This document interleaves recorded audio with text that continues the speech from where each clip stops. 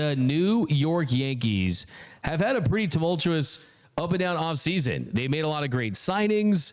They've talked a lot about the Dodgers in the media, how the Dodgers have made certain comments about their playing style and their sloppy defense, and Aaron Judge dropping the ball and Anthony Volpe making the error and everything that happened in that disastrous fifth inning in Game 5 of the World Series. Well, the biggest blow to the Yankees has been losing out on their ace, Gerrit Cole, who was recommended Tommy John surgery and is going to undergo Tommy John surgery, and he's going to be out for the entire 2025 season. If you look at recovery times, anywhere from 12 to 18 months, he'll be out for a portion of the 2026 season. And their general manager, Brian Cashman, said that, quote, very little is available in the pitching marketplace at this time of year. Said the Yankees will, quote, rely on what we have while exploring outside opportunities. Luxury tax penalties make it less likely that they will add from outside. So it does not seem like the Yankees are going to be aggressive in trying to add another starter. They are confident that what they have with the addition of a Max Fried, with Luis Gil, who's going to be out for months dealing with a shoulder injury, that hopefully they'll get it together and they'll be good enough to compete in the AL East and hopefully the World Series. I mean, outside of the Dodgers, they have the best chances of getting back to the World Series and winning the World Series. But if you look at their rotation now, it goes from a top 10 rotation, possibly a top 5 rotation, to one that's bottom 15. I mean, Carlos Rodon, if you look at their projections this season, Rodon, 173 innings, ERA over 4. Max Fried, 176 innings, a 3.42 ERA. Clark Schmidt has improved for them, but he's a 4 ERA guy. Marcus Stroman, a 4.41 ERA guy. So you don't see outside of Max Fried a true surefire ace level pitcher. And I think the Yankees have a very simple decision to make. It's either find a way to add a frontline starting pitcher on the trade market, or you can kiss your World Series hopes goodbye. Now, who are some guys they could consider going after? Number one on their list has to be Sandy Alcantara, the Miami Marlins. He's been great so far during this spring, coming back from his own Tommy John surgery. And the Marlins are always a team that's going to pick up the phone. They're always going to listen to offers because that's the kind of franchise they are. And Sandy Alcantara, his contract, he's signed through 2026. He's making $17 million a year, has a 2027 team option for $21 million. If he produces like an ace under that contract, you're getting a ton of value from that. He would be my number one guy if I were the New York Yankees. Try to get Sandy Alcantara. Feels like a Yankee, looks like a Yankee starter that you could trust in the postseason.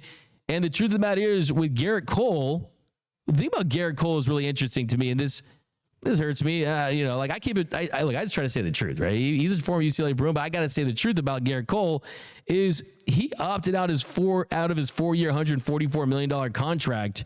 There weren't that many teams lined up for his services.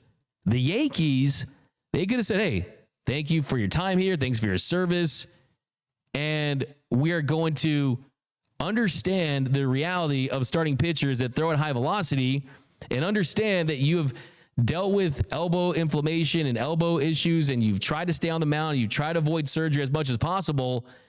And they had that get out of jail free card and they didn't use it. And now you get him back on that 4 years, $144 million, essentially the same as the opt-out, and he's not going to be playing for you. So there wasn't a great market for his services. And they said, you know what? Let's bring it back, as if it was going to be an easy decision. So the Yankees are stuck. Sandy Alcantara would be my number one option. Number two would be Dylan Cease, though. The Padres are the big wild card in all this because the Padres are a team that they're competing with the Dodgers in the division. They had the Dodgers on the ropes last year, but Dylan Cease is someone that could be an available option for the Yankees. And they were close to trading for Dylan Cease a couple years ago. His contract, $13.75 million. He's going to hit free agency after this year. Michael King. Wouldn't it be funny if the Padres got Michael King back? The guy that was dealt in the Juan Soto trade. He's set to make a little close to $8 million this season with a $50 million mutual option. So the reason why we have to include dollar amounts is because the Yankees aren't the Yankees anymore. George Steinbrenner's Yankees, the evil empire, is on the West Coast now in the Dodgers, and they're a little more cost conscious than they used to be. Zach Eflin of the Orioles, he's another guy. Rangers Suarez is another guy that could be available. Luis Castillo of the Seattle Mariners, he's under contract until 2027. He's taking home $22.75 million a year, has a $25 million vested option. So that's interesting. I think Castillo's another name that I'd highly consider. The Yankees almost traded for Castillo a couple years before he was dealt to the Mariners. So names will emerge. But if the Yankees think that they're going to get back to the Fall Classic with this rotation, a Giancarlo Stanton who's banged up and possibly facing surgery himself, I think they're going to be mistaken. And this really points to the bigger picture in the sport. Starting pitching injuries just happen. There was a study that was done by Major League Baseball. It was a 62-page report that was released in December, and there were a lot of very, very interesting findings. Think about how wild this is. In 2024, you had so many injuries. And in 2024, you had Spencer Strider, Shane Bieber. I mean, they went down with just 2 starts. Cole, Blake Snell even went down to start the season. Alcantara, Shane McClanahan, Shohei Ohtani, Brandon Woodruff. I mean, all these names is dropping like flies. I mean, Max Scherzer, Justin Verlander, Clayton Kershaw, they went down. I mean, there's 33 starts among them all. And you don't see year to year starting pitchers stay on the mound. I mean, this study showed that only 3 of the top 20 starting pitchers from 2023 made it to 2024 because of injuries. I mean, there's just so many injuries in the sport. And the number one factor is velocity. That's the number one factor. Players are coached to throw as hard as they can every single pitch they throw. In 2008, the average fastball was 91.3 miles per hour. Last season, it was 94.2 miles per hour. The velo's been up on the slider, the curveball, the changeup, and you're seeing Tommy John surgeries skyrocket at a record rate.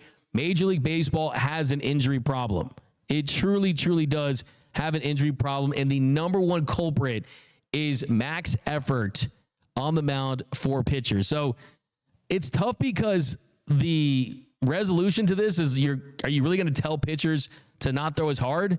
Because the harder you throw, the more you get paid. So it's going to be a tough situation for Major League Baseball and losing pitchers, and there's really not an answer for it. But Yankees, you got to go out there and get your guy. Get a frontline starting pitcher. I want to see it because I want to see the Yankees go deep into the postseason in a possible rematch with the Los Angeles Dodgers.